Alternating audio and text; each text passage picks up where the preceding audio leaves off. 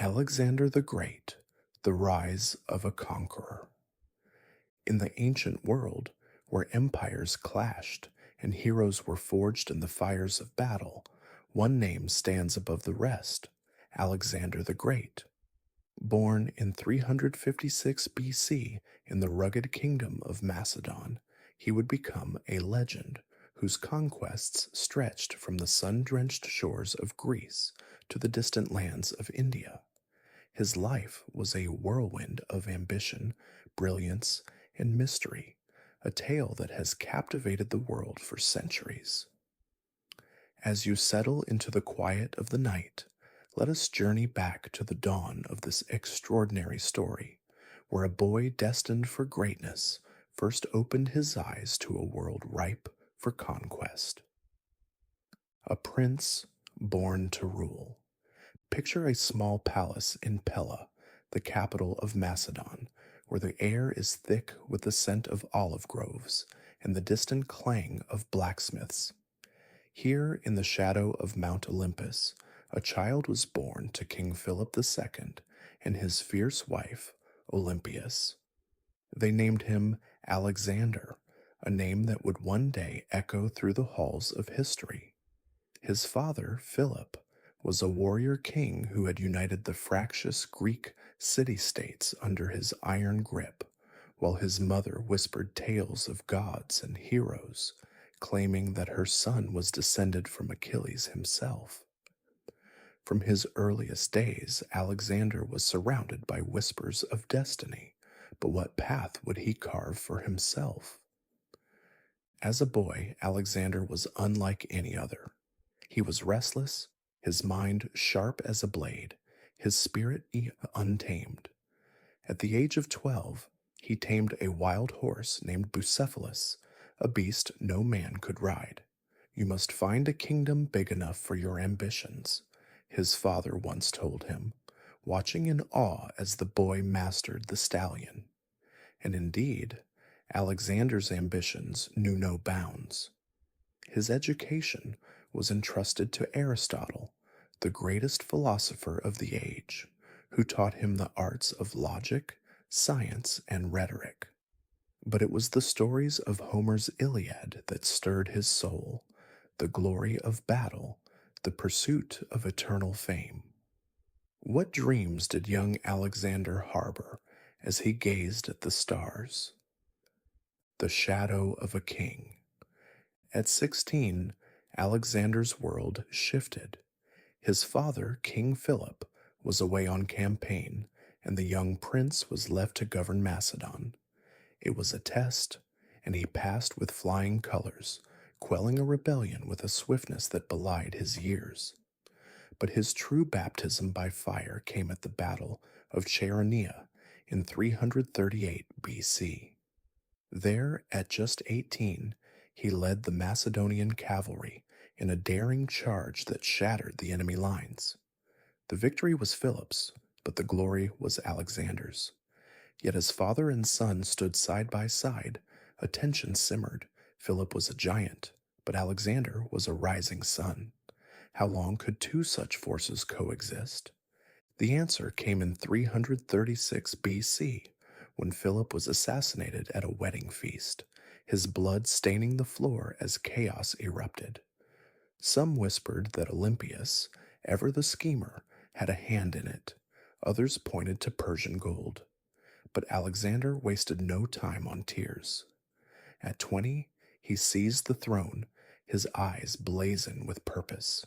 He moved swiftly, eliminating rivals and securing the loyalty of the army. The Greek city-states, sensing weakness, rebelled, but Alexander crushed them, razing Thebes to the ground as a warning. His message was clear. The world would bend to his will. What lay ahead for this young king with fire in his veins? The march to Persia. With Greece subdued, Alexander turned his gaze eastward to the vast Persian Empire. It was a colossus, its wealth legendary, its armies endless. But Alexander saw not a titan, but a prize. In 334 BC, He crossed the Hellespont with 35,000 men, his beloved horse Bucephalus at his side. His first test came at the Granicus River, where Persian cavalry charged like a storm. Alexander, ever bold, led from the front, his armor gleaming as he cut through the enemy ranks. The Persians fled, and the gates of Asia swung open. But this was only the beginning. What challenges awaited him deeper in the heart of Persia? At Issus, in 333 BC, Alexander faced Darius III, the Persian king, for the first time. Darius commanded a force many times larger, but Alexander was undaunted. He spotted a weakness in the Persian lines and struck like lightning, driving straight for Darius himself. The king fled, leaving his family behind, a humiliation that would haunt him. Alexander treated the captives with kindness, a gesture that won him respect even among his foes. But the true clash was yet to come. In 331 BC, at Gaugamela, the two armies met in a final showdown. Darius unleashed war chariots and elephants, but Alexander's phalanx held firm. With a brilliant maneuver, he punched through the Persian center, and once again, Darius turned tail. The Persian Empire was his, but what would he do with such power? A king among gods. Alexander's conquests did not stop at Persia. He marched into Egypt, where the people hailed him as a liberator and crowned him pharaoh. At the oracle of Siwa, deep in the desert, he was declared the son of Zeus Ammon, a god among men. His legend grew, but so did his ambition. He founded Alexandria, a city that would become a beacon of knowledge, and set his sights on India. There, in 326 BC, he faced King Porus at the Hydaspes River. The battle was fierce, the monsoon rains turning the ground to mud, but Alexander's genius prevailed. He crossed the river under cover of darkness, surprising Porus and securing victory. Yet, as he stood on the edge of the known world, his soldiers begged to return home. Their weariness was a mirror to his own. What price had his glory exacted? Reluctantly, Alexander agreed. The journey back was a trial by fire. In the Gedrosian desert, his armies stumbled through scorching sands, their lips cracked, their spirits broken. Thousands perished, and Alexander himself nearly died of thirst. It was a humbling reminder that even gods could falter. By 323 BC, he was back in Babylon, his body scarred, his mind restless. He planned new campaigns to Arabia, to Carthage, but fate had other designs. A sudden fever gripped him, and within days he was gone, dead at 32. His last words, when asked to whom he left his empire, were cryptic, to the strongest. And with that, the world he had built began to fracture. Hannibal Barca, the general who defied Rome. In the ancient world, where the clash of swords and the cry of battle echoed across vast empires, one man stood as a thorn in the side of mighty Rome. His name was Hannibal Barca, a general whose brilliance on the battlefield would become the stuff of legend. Born in the sun-soaked city of Carthage, he would grow to challenge the greatest power of his age, leaving a mark on history that time could not erase. As you drift into the quiet of the night, let us journey back to the shores of North Africa, where a boy with a destiny forged in fire first learned the art of war. A son of Carthage. Picture the bustling streets of Carthage in 247 BC, where merchants haggled over spices and silk, and the air was thick with the scent of the sea. Into this world came Hannibal, the eldest son of Hamilcar Barca, a general who had fought Rome in the brutal First Punic War. Hamilcar's defeat left a bitter taste, and he instilled in his son a burning hatred for the Roman Republic. Legend has it that at the age of 9, Hannibal swore an oath to his father, "I will never be a friend to Rome." It was a promise that would shape his life and the fate of nations. As a boy, Hannibal traveled with his father to Spain, where Hamilcar carved out a new Carthaginian stronghold. There, amidst the rugged hills and silver mines, Hannibal learned the ways of war. He trained with the soldiers, his small hands gripping a sword, his eyes wide with wonder. But tragedy struck when Hamilcar drowned in battle, leaving Hannibal's brother-in-law, Hasdrubal, to lead. When Hasdrubal was assassinated, the army turned to Hannibal, now 26, to take command. His rise was swift, his ambition boundless. But could a young general truly challenge the might of Rome? The oath fulfilled. Hannibal's first act was to secure Spain, his tactical mind already at work. He married a local princess, uniting tribes under his banner, and launched campaigns that filled Carthage's coffers with gold. But his eyes were set on a greater prize, Rome itself. In 218 BC, he made a decision that would echo through history. He would not wait for Rome to strike. He would bring the war to their doorstep. But how? The sea was guarded by Roman ships, the Alps a wall of ice and stone. Hannibal chose the impossible path, over the mountains. With 50,000 men, 9,000 cavalry, and 37 war elephants, he set out from Spain. The journey was a nightmare of snow, avalanches, and hostile tribes.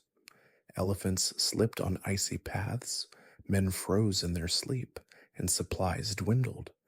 Yet Hannibal pressed on, his voice steady, his resolve unbroken. When they finally descended into Italy, only half his army remained, but Rome was caught off guard. The impossible had been achieved. What would Hannibal do with this hard-won advantage? The terror of Italy. Hannibal's arrival sent shockwaves through Rome. He struck first at the Trebia River, luring the Romans into a trap and crushing their legions. Then, at Lake Trasimene, he ambushed another army, the mist hiding his forces until it was too late. But his masterpiece came at Cannae in 216 BC. There, facing 80,000 Romans with just 50,000 men, Hannibal executed a maneuver that would be studied for centuries, the double envelopment. He baited the Romans into attacking his center, then surrounded them with his flanks. By day's end, 70,000 Romans lay dead, their blood soaking the earth. It was a victory for the ages, but could Hannibal sustain it? For 15 years, Hannibal roamed Italy, a ghost haunting Rome's nightmares. He won battle after battle, but the Romans refused to surrender. They adopted a strategy of attrition, avoiding direct confrontation, starving his army of resources. Hannibal's pleas for reinforcements from Carthage fell on deaf ears, his allies wavering. Meanwhile, a young Roman general named Scipio Africanus was rising, his eyes set on Carthage itself. The tide was turning. What would be Hannibal's next move? The fall and the flight. In 203 BC, Hannibal was recalled to defend Carthage from Scipio's invasion. At Zama, in 202 BC, the two generals met in a clash that would decide the fate of empires. Hannibal, outnumbered and without his beloved elephants, fought valiantly, but Scipio's tactics mirrored his own. The Carthaginians broke, and for the first time, Hannibal tasted defeat. Carthage sued for peace, its power shattered. But Hannibal's story was far from over. Fearing Roman vengeance, he fled to the courts of Eastern kings, offering his services as a military advisor. He fought in Syria, in Bithynia, always one step ahead of his pursuers. But Rome's reach was long. In 183 BC, cornered in a small town, Hannibal chose his own end. He swallowed poison, his last words defiant. Let us relieve the Romans of their fear. His death marked the end of an era, but his legacy was just beginning. Julius Caesar, the rise and fall of Rome's greatest general. In the heart of ancient Rome, where ambition clashed with tradition, Julius Caesar's journey unfolded with unrelenting momentum. A man of intellect and audacity, he carved his name into the annals of history through politics, war, and an unshakable will to dominate. This is no gentle tale. It's a saga of triumph, betrayal, and a legacy that outlived the man himself. Let us plunge into the chaos of his early career, where a young noble dared to defy the odds, a noble's bold beginnings. Born in 100 BC to the Julius, a patrician family of fading prestige, Gaius Julius Caesar entered a Rome teeming with opportunity and danger. The Subura, his childhood home, was a gritty neighborhood where survival demanded wit as much as lineage. At 16, his father's sudden death thrust him into the role of family patriarch, but Caesar was undaunted. With a silver tongue and a fearless spirit, he captivated audiences as an orator and caught the eye of Rome's power brokers. One early tale reveals his mettle. Captured by Cilician pirates while sailing to Rhodes, he laughed in their faces, raised his own ransom through charm, and vowed to return. True to his word, he hunted them down and crucified them, a chilling promise kept. This was no mere boy. This was a man who bent fate to his will. Back in Rome, he aligned with the populares, railing against the aristocratic optimates. His rise gained speed, elected Pontifex Maximus, then governor of Hispania, where he crushed rebellions and filled his coffers. But the consulship, Rome's highest office, loomed as his next conquest. How far would his ambition take him? The Gallic triumph. In 59 BC, Caesar claimed the consulship, but his destiny lay beyond Rome's walls. As governor of Gaul, he launched a campaign that would echo through time. The Gallic Wars were a brutal ballet of strategy and bloodshed, pitting his legions against fierce tribes. His own words in Commentary de Bello Gallico immortalized these feats, blending fact with flair to burnish his legend. From the Rhine to Britain, his armies marched, but it was at Alesia in 52 BC that his genius shone brightest. Facing Vercingetorix, a Gallic king who'd united the tribes, Caesar found himself outnumbered. Undeterred, he built a double ring of fortifications, walls within walls, trapping the enemy between them. When Gallic reinforcements arrived, he repelled them too, shattering their resistance. Vercingetorix surrendered, and Gaul fell to Rome. Caesar returned a hero, his soldiers chanting his name, his wealth overflowing. Yet in Rome, envy festered. Could he wield such power without sparking rebellion?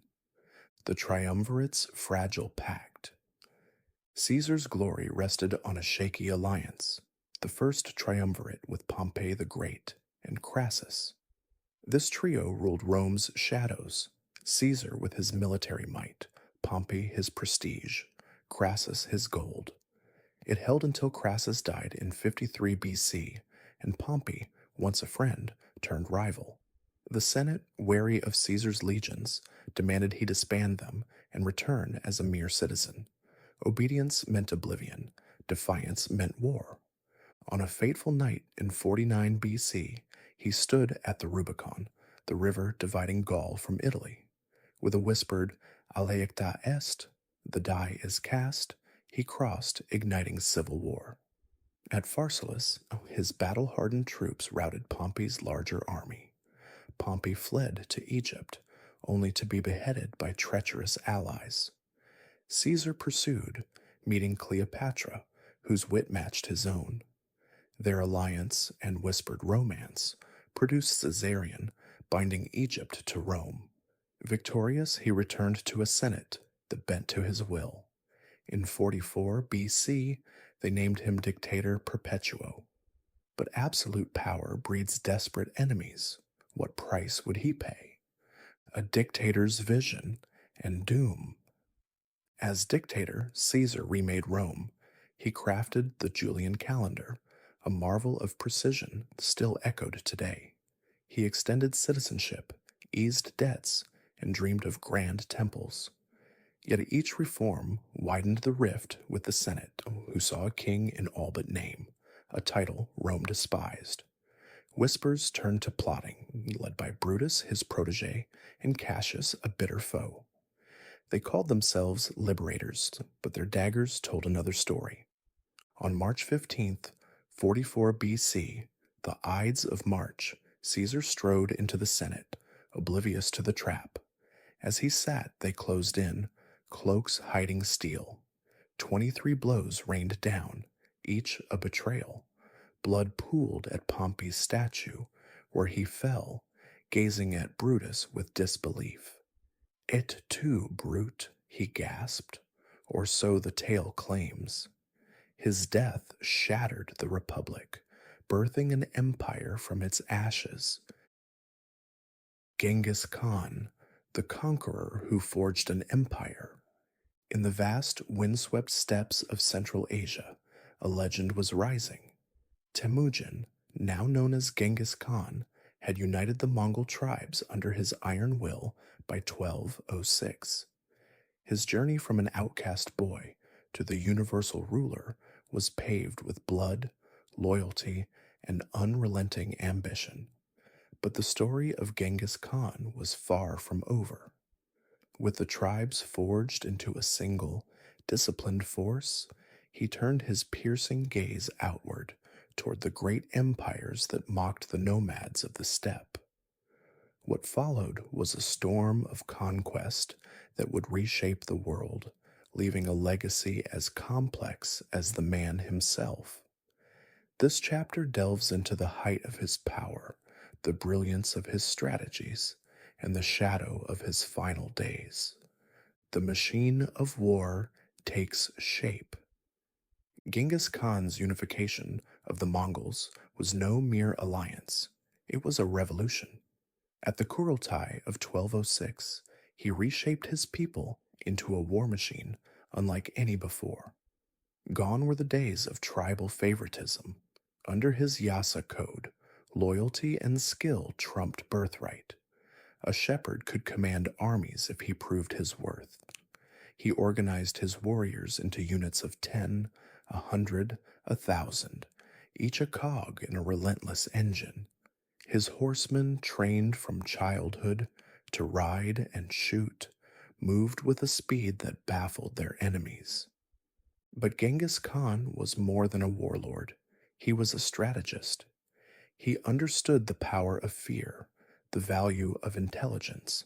Spies infiltrated enemy courts, sowing discord before a single arrow flew. He adopted technologies from those he conquered, catapults from China, siege tactics from Persia, turning their strengths against them. His army was a living weapon, honed by the harshness of the steppe and sharpened by his vision. The question loomed, who could stand against such a force? The east falls to the storm. Genghis Khan's first great conquest beyond the steppe came in 1209 against the Xixia dynasty of northwest China. The Xixia had wealth, walls, and arrogance, none of which saved them. His cavalry swept through their lands, cutting supply lines and striking with precision. When their king surrendered, offering tribute and daughters, Genghis Khan accepted, his coffers swelling with silk and silver. But this was merely a prelude.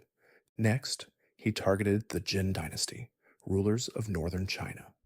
Their capital, Zhongdu, gleamed with golden roofs, a symbol of their might. In 1211, Genghis Khan struck, his army a whirlwind of dust and death. The Jin outnumbered him, their fortifications towering, but he outsmarted them. Feigned retreats drew their forces into ambushes. Relentless sieges starved their cities. By 1215, Zhongdu fell, its streets choked with ash and ruin. The Mongols looted its treasures, and Genghis Khan's name became a curse on the lips of the vanquished. Yet even as he triumphed, his hunger grew. What lay beyond the horizon? The West trembles. The Khwarezmian Empire, a jewel of Central Asia, was next. In 1218, Genghis Khan sought trade, sending envoys with gifts of silk and gold. But the Shah, drunk on pride, insulted the gesture. His governor executed the envoys, shaving their beards as a final humiliation. The steppe erupted. In 1219, Genghis Khan unleashed 200,000 warriors, a tide of vengeance that drowned the Khwarezmian lands. His campaign was a masterclass in war. He split his forces, striking multiple cities at once: Samarkand, Bukhara, Nishapur. The Shah's armies, scattered and confused, crumbled. In Bukhara, Genghis Khan rode into the mosque, declaring himself the scourge of God. Nishapur felt his full wrath. After a Mongol general fell, he ordered every man, woman, and child slaughtered, their skulls piled into pyramids. The Shah fled, hunted across deserts until he died, broken and alone. By 1223, the empire was dust, its riches feeding the Mongol machine. Genghis Khan's dominion now spanned oceans. But at what cost? The man behind the myth. Who was this conqueror? To his people, he was a father, stern but just. He rewarded loyalty with riches, punished betrayal with death. To his enemies, he was a demon, a force of nature that spared none who resisted. Yet beneath the armor, Genghis Khan was human. He wept for fallen sons, trusted his wives' counsel, and carried the scars of a brutal youth. His laws protected the weak, banned theft among his own, and demanded unity. Was he a tyrant or a unifier? The answer eluded even those closest to him. As his empire grew, so did his burdens. Each victory brought new lands to govern, new rebellions to crush. His sons jostled for power, their rivalries threatening to fracture what he had built.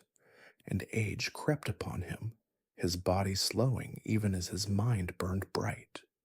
In 1227, he launched one last campaign against the Tangut, rebels who dared defy him. What would this final ride reveal about the man who conquered the world? The end of an era. The Tangut campaign was grueling. The Mongols rust cities, their arrows singing through the air. But Genghis Khan, now in his 60s, faltered. Some say he fell from his horse. Others whisper of a wound festering in secret. As his army closed in on victory, he grew ill, his breath shallow.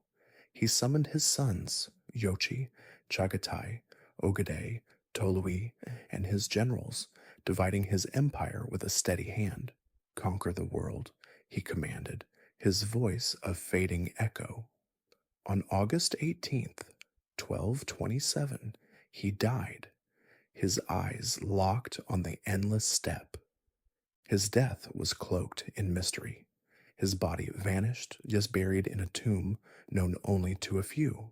Legend says his guards killed all who saw the procession, then themselves, sealing the secret forever.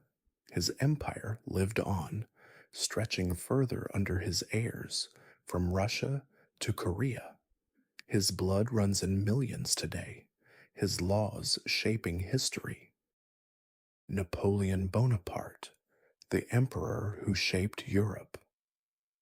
In the turbulent aftermath of the French Revolution, a figure emerged whose ambition and genius would reshape the continent. Napoleon Bonaparte, born on the rugged island of Corsica in 1769, was a man of contradictions, a soldier and a statesman, a visionary and a tyrant. His rise from obscurity to the heights of power is a tale of relentless drive, strategic brilliance, and a vision that stretched far beyond the battlefield. This chapter delves into the heart of his reign, where his dreams of empire collided with the harsh realities of war and politics. From artillery officer to general. Napoleon's ascent began in the chaos of revolutionary France. At 24, he was a mere artillery captain, but his keen mind and unyielding spirit set him apart. In 1793, he seized his moment at the siege of Toulon, where his daring plan to capture a key fort turned the tide against the British. His reward was swift promotion to brigadier general. But Toulon was just the beginning. As France teetered on the brink of civil war, Napoleon's star rose higher. In 1795, he crushed a royalist uprising in Paris with a whiff of grapeshot, his cannons clearing the streets in minutes. The Directory, France's ruling body, took notice. They gave him command of the Army of Italy, a ragged force facing the might of Austria. What could a young Corsican do against such odds? The Italian campaign. A legend is born. In 1796, Napoleon arrived in Italy, his troops weary and unpaid. He stood before them, his voice cutting through the doubt. Soldiers, you are hungry and naked. I will lead you into the most fertile plains in the world. His promise was not empty. With lightning speed, he outmaneuvered the Austrians, winning battle after battle, Lodi, Arcole, Rivoli. His tactics were revolutionary: rapid marches, concentrated firepower, and an uncanny ability to read the enemy's mind. By 1797, he had forced Austria to the negotiating table, dictating terms that redrew the map of Europe. His fame soared, and Paris hailed him as a hero. But Napoleon's ambition was a restless beast. He dreamed of conquests far beyond Italy's borders. In 1798, he set sail for Egypt, aiming to disrupt British trade and perhaps carve out an empire in the East. What awaited him in the land of the pharaohs, Egypt, and the road to power? The Egyptian campaign was a mix of triumph and disaster. Napoleon's forces routed the Mamluks at the Battle of the Pyramids, his words ringing out, "Soldiers, 40 centuries look down upon you." He brought scholars to study the ancient wonders, unearthing the Rosetta Stone. But the British Navy under Nelson shattered his fleet at the Nile, trapping him in Egypt. Undeterred, Napoleon returned to France in 1799, leaving his army behind. Paris was in turmoil, the Directory crumbling. Seizing the moment, he staged a coup on 18 Brumaire, becoming first consul. At 30, he was the master of France, but power, once tasted, demanded more. In 1704, he crowned himself emperor, his hands placing the laurel wreath upon his own head. The Republic was dead. The empire had begun. What would this self-made sovereign do with his newfound throne? The Napoleonic Wars, Europe in flames. Napoleon's reign was a whirlwind of war and reform. He centralized power, reformed the legal system with the Napoleonic Code, and spread his vision of order across Europe. But his ambitions clashed with the old monarchies. In 1805, he faced the Third Coalition, Austria, Russia, and Britain. At Austerlitz, he lured the Austro-Russian army into a trap, his forces striking like a hammer. The battle was a masterpiece, earning him the title God of War. Yet victory bred defiance. In 1706, Prussia joined the fray, only to be crushed at Jena and Auerstedt. Berlin fell, and Napoleon marched through its gates. He turned to Russia next, meeting Tsar Alexander I at Tilsit in 1807. There, on a raft in the Niemen River, they forged an uneasy alliance. But peace was a mirage. In 1812, Napoleon invaded Russia with 600,000 men, the largest army the world had ever seen. What folly led him to this frozen abyss? The Russian catastrophe. The march to Moscow was a descent into hell. The Russians retreated, scorching the earth behind them. Napoleon's supply lines stretched thin, his men starving. He reached Moscow in September, only to find it ablaze, set afire by its own people. With winter closing in, he turned back, his Grande Armée disintegrating in the snow. Frostbite, hunger, and Cossack raids claimed hundreds of thousands. By December, only 40,000 staggered home. It was a defeat from which he would never recover. Europe's smelled blood. In 1813, a coalition of Austria, Prussia, Russia, and Sweden converged at Leipzig. The Battle of Nations raged for 3 days, the coalition's numbers overwhelming. Napoleon retreated to France, his empire crumbling. In 1814, Paris fell, and he abdicated, exiled to the tiny island of Elba.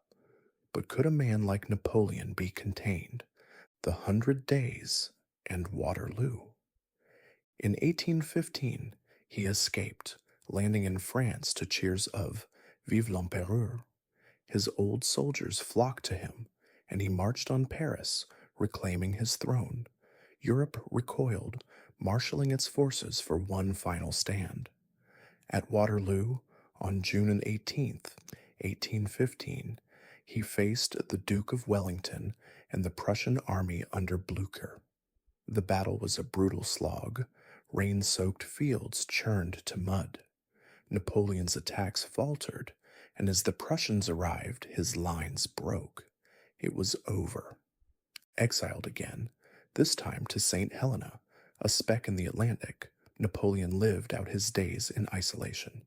He dictated his memoirs, his mind still sharp, his spirit defiant.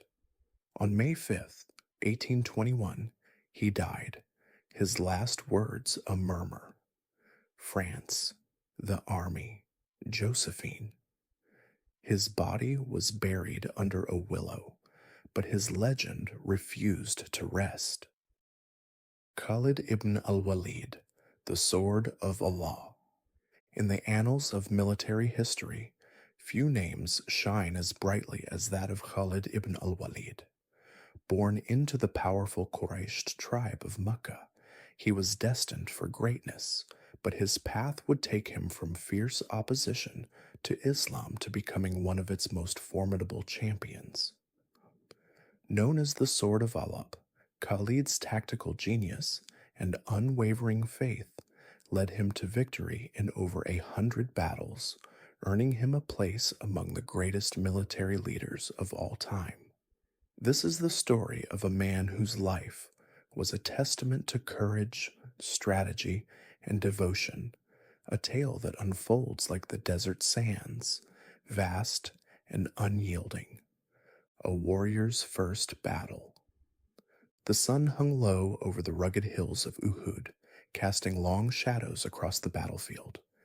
The air was thick with dust and the acrid smell of sweat and blood.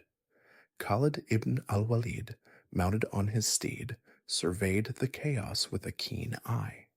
He saw the Muslim archers abandoning their post on the hill, lured by the promise of loot. A smile tugged at his lips. This was the moment he had been waiting for. With a shout, he spurred his horse forward, leading his cavalry in a thunderous charge around the flank. The Muslims, caught off guard, scrambled to reform their lines, but it was too late. Khalid's forces crashed into them like a tidal wave, turning the tide of battle. As the sun dipped below the horizon, victory belonged to the Quraysh. But for Khalid, this triumph was bittersweet, for it set him on a path he could never have imagined. Years earlier, in the bustling city of Mecca, a boy was born into the powerful Banu Makhzum clan. His name was Khalid, son of al-Walid ibn al-Mughira, a respected leader among the Quraysh. From a young age, Khalid was trained in the arts of war and horsemanship, skills that would serve him well in the turbulent times ahead. The elders spoke of his potential, but none could foresee the heights he would reach.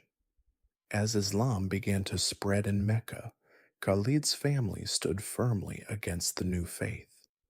He fought alongside his kin in the Battle of Badr, where the Muslims achieved a surprising victory. But it was after the Battle of Uhud that Khalid's heart began to stir. He witnessed the unwavering faith of the Muslims, even in defeat, and something within him shifted. In 629 AD, he made the momentous decision to embrace Islam, pledging his sword to the Prophet Muhammad, the sword unsheathed. Under the banner of Islam, Khalid's tactical genius flourished. He led the Muslim forces in the conquest of Mecca, where his strategic planning ensured a bloodless victory. The city that had once opposed him now welcomed him as a liberator. He then turned his attention to the Byzantine Empire, scoring a decisive win at the Battle of Mu'tah, despite being outnumbered. His reputation grew, and the Prophet himself bestowed upon him the title Saifullah, the sword of Allah. But Khalid's greatest challenges lay ahead, as the Muslim community faced internal strife and external threats. After the Prophet's death, many tribes renounced Islam, leading to the Ridda Wars. Khalid, now a key commander under Caliph Abu Bakr, swiftly quelled these rebellions. His campaigns were marked by both military prowess and mercy, as he sought to bring the apostates back into the fold. At the Battle of Yamama, he faced the false prophet Musaylima, whose forces outnumbered the Muslims.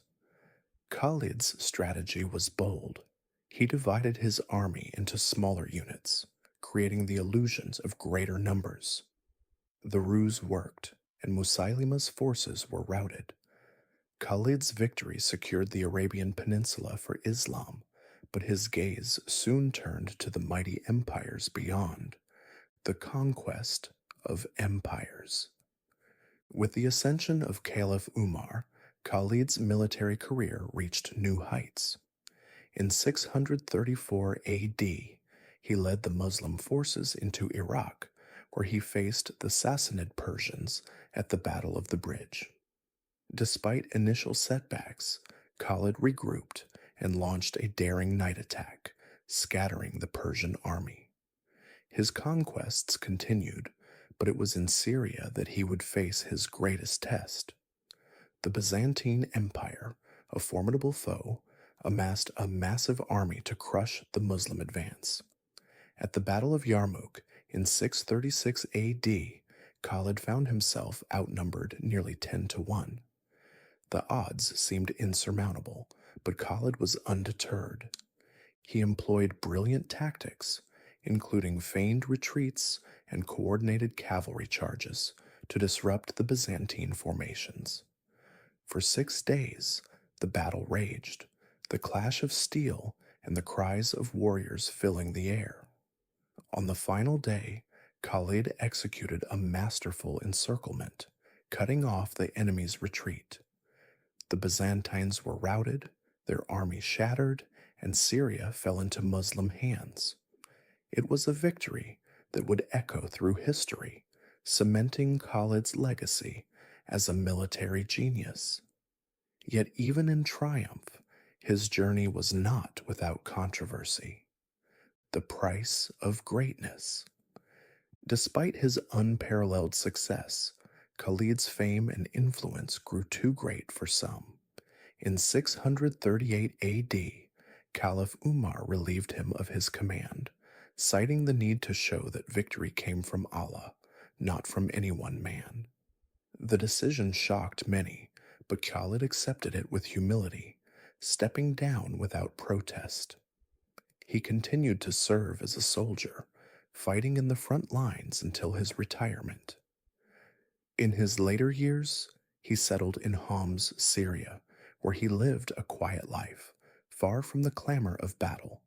He passed away in 642 AD, his body laid to rest in a simple grave, but his spirit lived on in the annals of history. Khalid ibn al-Walid's life was a testament to the power of faith, strategy, and unwavering resolve. His battles were not just fought with swords, but with intellect and conviction. He remains a figure of inspiration, his strategies studied by military leaders across the ages. As the winds of time blow across the deserts he once traversed, his legacy endures, a reminder that true greatness lies not in power alone, but in the service of something greater. Erwin Rommel. The Desert Fox's Final Stand. The sun hung low over the horizon, casting long shadows across the dunes of North Africa. Erwin Rommel, the man they called the Desert Fox, stood at a crossroads in 1942. His Africa Corps had danced across the sands, outwitting the British at every turn, but the tide of war was shifting. Supplies dwindled, men grew weary, and a new adversary loomed, General Bernard Montgomery, a meticulous planner with an army swelling in strength. This chapter of Rommel's tale is one of defiance, desperation, and the unraveling of a legend. What would become of the fox when the desert turned against him? The sands of El Alamein. Rommel's genius had always been in motion, blitzkrieg tactics that struck like lightning, leaving foes scrambling in the dust. But by October 1942, the game had changed. At El Alamein, the British Eighth Army dug in, their lines bristling with artillery and fresh American tanks. Rommel's forces, stretched thin across 1,000 miles of supply lines, faced an enemy that outnumbered them 2-1. He knew the odds, yet he pressed forward, his mind racing for a way to turn the tables. The battle began with a thunderous barrage, Montgomery's guns lighting up the night sky. Rommel countered with his signature flare, probing for weak points, sending his panzers darting through the chaos. But the Allies held firm, their defenses a wall of steel and resolve. Fuel ran low, tank after tank sputtered to a halt, and the Africa Corps faltered. For days the two armies clashed, the desert swallowing the fallen. Rommel fought with every ounce of his cunning, but the weight of numbers crushed his hopes. What did it feel like to see his invincible aura slip away? A leader under strain. Even as defeat loomed, Rommel refused to break. He roamed the front lines, his goggles caked with sand, barking orders and rallying his men. "We fight to the last bullet," he told them, his voice steady despite the exhaustion etched into his face. His soldiers adored him. Here was a general who shared their rations, who braved the same dangers. But beneath the bravado, Cracks appeared. Sleepless nights and the strain of command took their toll. His health began to fail, his hands trembling from fatigue. Back in Germany, his wife Lucy and son Manfred waited anxiously, their letters a lifeline to the world beyond the war. Rommel wrote to them of the desert's beauty, its endless skies, but never of the despair gnawing at him. He was a man torn, loyal to his country, yet increasingly aware of the madness driving it. The Nazi leadership demanded victory, but offered no support. How long could he carry the weight of their delusions? Retreat and reflection. El Alamein marked the beginning of the end. On November 4th, 1942, Rommel ordered a retreat, defying Hitler's command to stand and die. It was a bitter pill, his first major loss, but he saved his men from annihilation. The Afrika Korps fell back across Libya, harried by Montgomery's pursuit. Rommel's mind churned with what-ifs, more supplies, more time, a different strategy. Yet deep down, he knew the war's momentum had shifted beyond his control. Recalled to Germany in early 1943, he arrived a shadow of the Desert Fox. His superiors praised his efforts, but whispers of failure followed him. Hitler, ever erratic, still saw value in Rommel's name, appointing him to oversee the Atlantic Wall, the Reich's defense against an Allied invasion. Rommel threw himself into the task, fortifying beaches with mines and obstacles, but his heart wasn't in it. He sensed the end approaching, not just for him, but for Germany itself. What did he see in those gray waves crashing against the shore? A dangerous disillusionment. The war's brutality weighed heavier with each passing day. Reports of atrocities in the east reached Rommel, massacres, camps, a Reich spiraling into darkness. He was no Nazi, never had been. He'd fought for Germany, not the party, and the distinction mattered to him. In quiet moments, he questioned his role. Had his victories propped up a regime he despised? His refusal to execute prisoners or enforce Hitler's racial edicts had long irked Berlin, but now his dissent grew bolder. By 1944, Rommel's name surfaced among a group of officers plotting to end the madness. They sought his support, not to kill Hitler outright, but to force a surrender, to save what was left of their nation. Rommel hesitated. He was a soldier, not a conspirator, yet the idea lingered. What if peace could be won without more bloodshed? The plot crystallized on July 20th, 1944, when a bomb exploded at Hitler's headquarters. It failed, and the fallout was swift. Rommel, though not directly involved, was implicated by association. How would the fox escape this trap? The final choice. On October 14th, 1944, two officers arrived at Rommel's home in Herrlingen.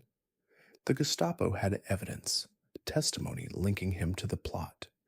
Hitler, wary of making a martyr of a national hero, offered a grim deal: take poison and be buried with honors, or face a public trial that would destroy his family. Rommel stood in his study, gazing at a photo of Lucy and Manfred. He made his choice in silence. He donned his uniform, kissed his wife goodbye, and stepped into the car. Minutes later, he swallowed the cyanide, his body slumping against the seat. The Nazis spun a lie, death by heart attack, and staged a lavish funeral. But the truth seeped out, a whisper among the ruins. Rommel, the brilliant tactician, the reluctant rebel, was gone. What might he have done if fate had dealt a different hand? Echoes in the dust. Rommel's story doesn't end with his death.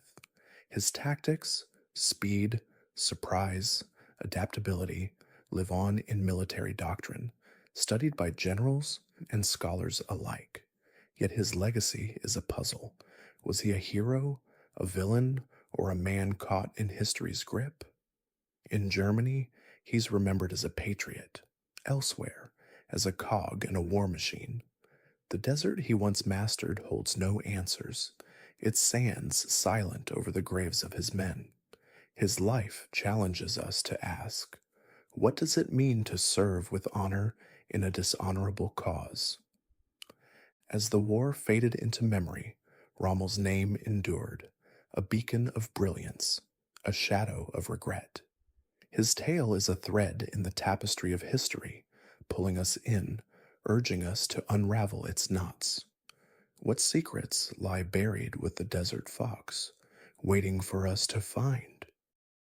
Vo Nguyen Giap, the architect of Vietnam's victory. In the tapestry of Vietnam's history, few threads shine as brightly as the life of General Vo Nguyen Giap. A man of humble origins, he rose to become one of the greatest military minds of the 20th century, a strategist whose victories against colonial powers and superpowers alike reshaped the fate of his nation. His story is one of intellect, sacrifice, and an unyielding commitment to freedom, a journey that winds through the rugged landscapes of Vietnam, revealing a leader who turned peasants into warriors and dreams into reality, from village scholar to revolutionary firebrand. Imagine a quiet village in Quang Binh province, where in 1911 Vo Nguyen Giap entered the world as the son of a rice farmer and scholar. His father, a man of learning despite his modest means, taught Giap the value of knowledge and the sting of injustice under French colonial rule. As a boy, Giap watched his people toil under foreign dominion, their voices silenced, their futures stolen. That spark of defiance ignited early. By 14, he was already joining clandestine nationalist groups, whispering of a Vietnam unshackled. At 18, Giap arrived in Hanoi, enrolling in the elite Lycée Albert Sarraute. There, his mind drank deeply from the wells of history and philosophy, studying the campaigns of Napoleon and the wisdom of Sun Tzu. But it was the revolutionary ideas of Marx and Lenin that truly captivated him. In 1930, he joined the Communist Party of Vietnam, a decision that set him on a collision course with the colonial regime. Arrested that same year for organizing protests, he tasted the bitterness of imprisonment. Released after 2 years, he emerged not diminished, but resolute. What trials would this young dreamer face next? A life forged in fire. Giap's path grew steeper as the 1930s unfolded. He earned a law degree, balancing his studies with underground activism, but his heart belonged to the struggle. It was during this time that he met Ho Chi Minh, the soul of Vietnam's independence movement. Under Ho's mentorship, Giap's vision sharpened. He saw a nation rising from the ashes of oppression, but personal loss soon tested his spirit. In 1940, his wife, Quang Thai, was seized by the French and died in captivity, leaving Giap to raise their daughter alone. Grief became his forge, tempering his resolve. Fleeing to China with Ho Chi Minh, Giap turned exile into opportunity. As World War II engulfed the globe, he studied guerrilla warfare, drawing lessons from Mao Zedong and crafting a strategy suited to Vietnam's terrain and spirit. He trained a small band of fighters, their numbers few but their determination vast. When Japan's defeat in 1945 opened a window for Vietnam's independence, Giap returned ready to lead. But the French, unwilling to relinquish their colony, loomed on the horizon. How would this fledgling commander confront such a foe? Dien Bien Phu, the triumph that shook the world. The First Indochina War pitted Giap's Viet Minh against a French army steeped in tradition and firepower. Outmatched in resources, Giap leaned on ingenuity. His forces struck like shadows, ambushing supply lines and vanishing into the jungle. Years of grueling conflict led to 1954, when the French made a fatal misstep at Dien Bien Phu. Nestled in a valley, their fortified base was a challenge Giap could not resist. What followed was a marvel of determination. Giap's troops, farmers and villagers, dragged heavy artillery through mountains and forests, a task deemed impossible by Western observers. When the siege began, his cannons thundered from concealed ridges, catching the French off guard. For 55 days, the battle raged, a brutal ballet of strategy and sacrifice. On May 7th, 1954, the French flag fell, and with it, their colonial empire in Indochina crumbled. The victory at Dien Bien Phu was more than a military feat. It was a beacon to colonized peoples everywhere. Yet as the dust settled, what new challenges awaited? The Vietnam War, outlasting the giant. The Geneva Accords split Vietnam in two, but the peace was a mirage. By the 1960s, the United States stepped in, determined to halt communism's spread. Giap, now commanding the North Vietnamese army, faced an enemy unlike any before: advanced technology, endless resources, and a global reach. Undeterred, he adapted. His philosophy was clear. Victory required not domination, but endurance. He would bleed the enemy's will, not just their ranks. In 1968, Giap unleashed the Tet Offensive, a daring assault across South Vietnam. Cities burned, bases fell, and though the cost was steep, the impact was seismic.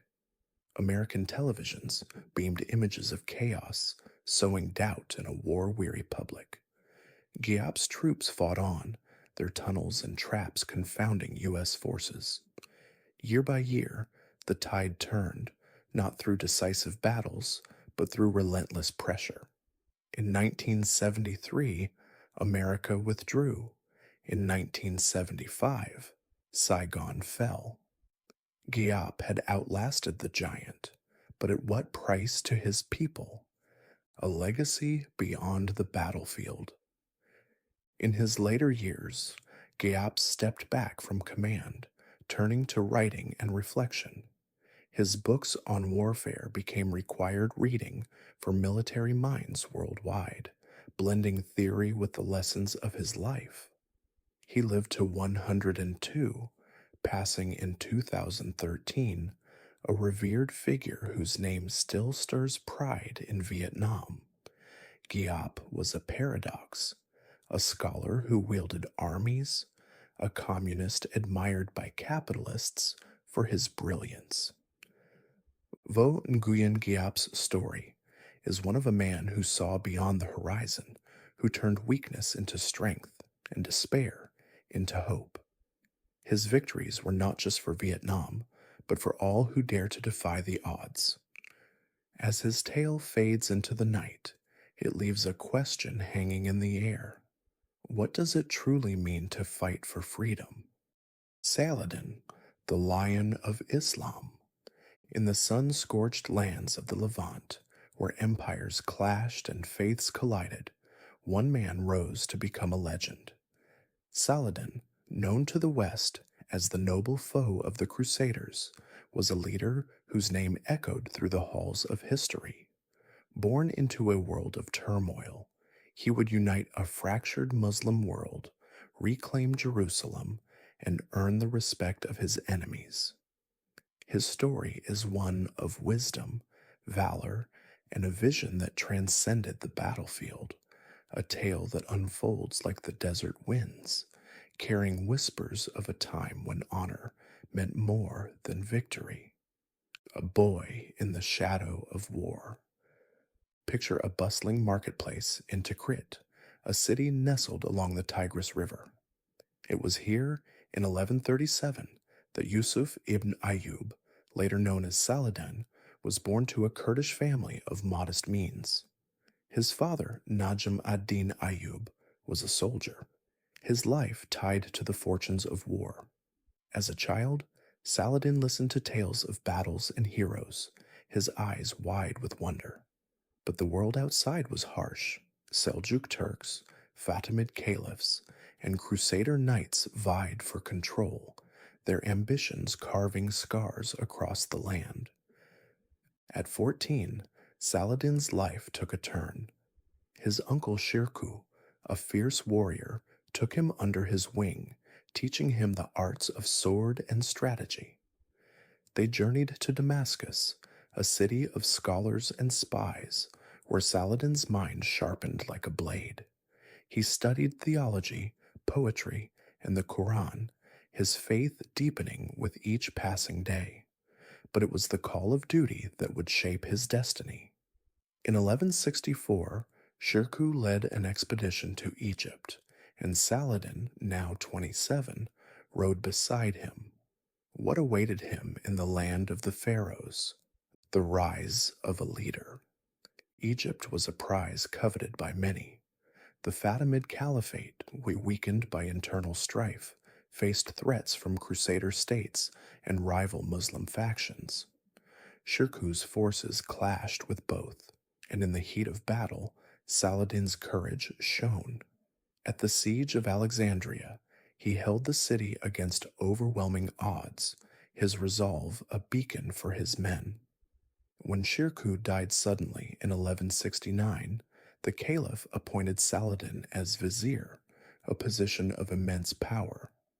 But Saladin was not content to rule in another's name. In 1171, he abolished the Fatimid Caliphate, uniting Egypt under the banner of Sunni Islam. His vision stretched beyond the Nile. He dreamed of a Muslim world standing strong against the Crusader kingdoms. With Egypt as his base, he set out to forge alliances, his diplomacy as sharp as his sword. By 1183, he had brought Aleppo and Mosul under his sway, his influence spreading like the roots of an ancient tree. But the greatest challenge lay ahead. What would it take to reclaim the holy city of Jerusalem? The Battle of Hattin, a turning point. The Crusader states, entrenched in the Levant, held Jerusalem as their crown jewel. King Guy of Jerusalem, backed by the fiery Reynold of Chatillon, raided Muslim caravans and mocked Saladin's calls for peace. In 1187, Saladin's patience snapped. He gathered an army of 30,000, a coalition of warriors from across the Muslim world, and marched toward the Crusader stronghold at Tiberias. The Crusaders, overconfident, met him at the Horns of Hattin, a parched plateau under a merciless sun. Saladin, ever the tactician, cut off their water supply, his archers raining arrows like a storm. As the Crusaders faltered, his cavalry charged, shattering their lines. King Guy was captured, and Reynold, the provocateur, met his end at Saladin's own hand. The victory was total. The road to Jerusalem lay open. But how would Saladin treat the city he had fought so hard to reclaim? The fall of Jerusalem and a noble heart. In October 1187, after a brief siege, Jerusalem surrendered. The contrast to the Crusaders' bloody conquest 88 years earlier was stark. Saladin, true to his faith, offered mercy. He allowed Christians to leave unharmed, their dignity intact, and protected the holy sites of all religions. His generosity stunned even his foes, Tales of his kindness spread across Europe, painting him as a chivalrous adversary. But the fall of Jerusalem sent shockwaves through Christendom. Pope Gregory VIII called for a new crusade, and soon Richard the Lionheart of England set sail, his heart set on reclaiming the Holy City. The stage was set for an epic clash of titans. What would happen when these two legends met on the battlefield? The Lionheart and the Sultan. The Third Crusade was a duel of wits and wills. Richard, a warrior king with a flair for drama, landed in Acre in 1191, his forces bolstered by French and German knights. Saladin, now in his 50s, faced a formidable opponent. At Arsuf, Richard's disciplined infantry repelled Saladin's cavalry, a rare setback for the Sultan. Yet Saladin's strategy was patience. He harassed supply lines, avoided pitched battles, and waited for the Crusaders to tire. The two leaders never met face to face, but their respect grew. They exchanged gifts. Richard sent fruit and ice to cool Saladin's fevers, while Saladin offered horses and falcons. In 1292, they agreed to a truce. Jerusalem would remain Muslim, but Christian pilgrims could visit freely. It was a compromise, but one that spoke to Saladin's pragmatism and honor. What did this peace mean for the man who had dedicated his life to jihad? The final chapter and a lasting legacy. Saladin returned to Damascus, his health failing after years of campaigning. On March 4th, 1193, he died, his body wrapped in a simple shroud. His treasury was nearly empty. His wealth had been spent on charity and the welfare of his people. He was buried in a modest tomb, a far cry from the grandeur of his life. But Saladin's legacy was anything but modest. He united a fractured Muslim world, reclaimed Jerusalem, and set a standard for leadership that transcended faith and time. His name became a symbol of justice and chivalry, admired by friend and foe alike. Even today, his story challenges us to look beyond the sword, to see the man who wielded it with wisdom and grace. What can we learn from the lion who roared not just for conquest, but for a better world? Admiral Yi Sun Sin, the eternal flame of Korea. In the vast tapestry of history, few threads burn as brightly as the legacy of Admiral Yi Sun Sin, Korea's unyielding naval hero.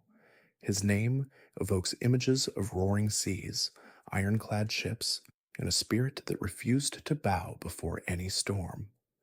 As we reach the final chapter of this series, we'll sail through the defining moments of his life, his breathtaking victories, his relentless determination, and the ultimate sacrifice that sealed his legend. This is not just a tale of war, but a story of a man who became the soul of a nation. So stay with us, dear listener, as we uncover the end of Yi Sun Sin's extraordinary journey, from humble roots to the helm. Born in 1545 in Seoul, Yi Sun Sin's early life offered little hint of the titan he would become. Raised in a modest family, he immersed himself in military strategy and Confucian ideals, his sharp mind cutting through the complexities of both books and battlefields. Yet his rise was no smooth ascent. Political rivals and court intrigues shadowed his career, testing his patience and resolve. In 1591, fate called him to the Jeolla Left Naval District, a post that would thrust him into the heart of the Imjin War, a conflict that pitted Korea against the formidable might of Japan. What lay ahead was a test no ordinary man could endure. But Yi Sun Sin was no ordinary man. The genius of the turtle ship. Imagine a vessel unlike any other. A warship clad in iron, its spiked roof glinting under the sun, cannons bristling from its sides. This was the Jeobuxion, the turtle ship, Yi Sun Sin's brainchild, and a revolution in naval warfare. With its ability to ram enemy ships and withstand their volleys, it was a floating fortress, a symbol of Korean defiance. In 1592, at the Battle of Okpo, Yi unleashed these marvels upon the unsuspecting Japanese fleet. The enemy, accustomed to dominating the seas, watched in horror as their ships splintered and sank beneath the turtle ship's relentless assault. It was a stunning debut, but only a prelude to the miracles yet to come. What drove Yi to craft such a weapon?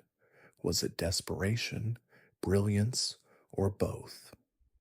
Myeongyang, the miracle in the strait. Fast forward to 1597, and Yi Sun Sin's world had darkened. Betrayed by jealous officials, stripped of his rank, and nearly executed, he was a man brought low until Korea's desperate hour called him back.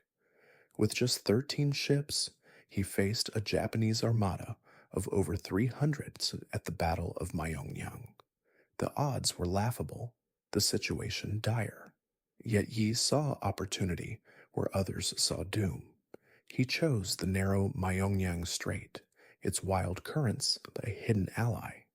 As the enemy advanced, he stood resolute, his voice ringing out, "Those who seek death shall live, those who seek life shall die." What followed was a masterstroke. Luring the Japanese into the strait, Yi turned nature against them. The churning waters disrupted their lines, leaving them vulnerable. His tiny fleet struck with ferocity, cannons blazing, arrows flying, until the sea ran red with the wreckage of over 30 enemy ships. The rest fled, their confidence shattered. Myeongyang wasn't just a victory, it was a miracle, a testament to a leader who could bend fate itself. But how did he summon such courage? The answer lies in a heart forged by loyalty and an unshakable belief in his cause. Noryang, the final stand. The war's endgame arrived in 1598 at the Battle of Noryang. Allied with Ming China, Yi aimed to crush a retreating Japanese fleet, severing their escape. The night was alive with fire and thunder as ships clashed in a brutal dance of destruction. Victory was near, so close you could taste it, when a single bullet pierced the chaos and struck Yi Sun Sin. Mortally wounded, he refused to falter. "The battle is at its height," he whispered to his son and nephew. "Do not announce my death." With his final breath, he ensured triumph, dying as he lived, for Korea. Noryang was a decisive blow, effectively ending the Imjin War. The cost was immense, but the reward was freedom. Yi Sun Sin's body was gone, but his spirit lingered in every wave that lapped Korea's shores.